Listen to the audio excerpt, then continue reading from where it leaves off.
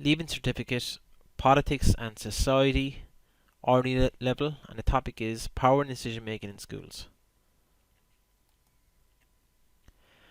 Power is the ability to influence the thoughts, behaviours, or actions of others. Autonomy in decision making means being able to make decisions indecently without external control. This means that you don't always have to seek approval from someone else in a decision that has been made. For example, a teacher can decide that they may use a video inside their classroom. They don't have to seek approval of a principal. Rules are about what we can and can't do. For example, in your classroom, there's probably a rule whereas you can't use your phone. Norms about what we should and should not do. Role of education in society. This is the Marxist perspective by Paulo Freire. He believed that education was not neutral or objective. He criticized the banking method of teaching, where information is deposited and creates a culture of silence.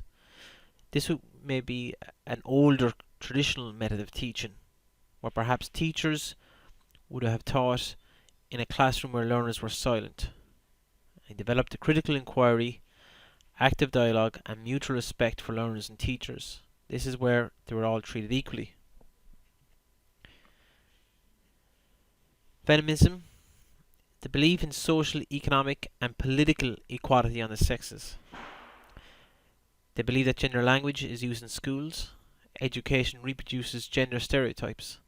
For example, in schools, there could be a perception that maybe all female students should do home economics, all male students should do woodwork.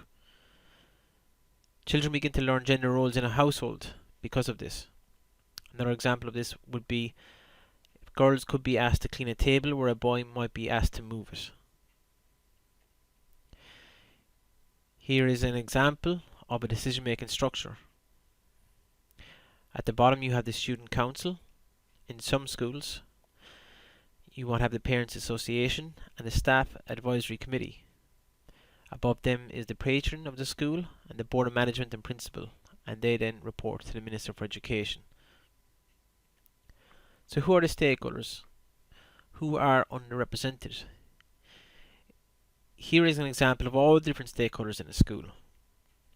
And past exam question might ask you who are underrepresented. Direct democracy in schools.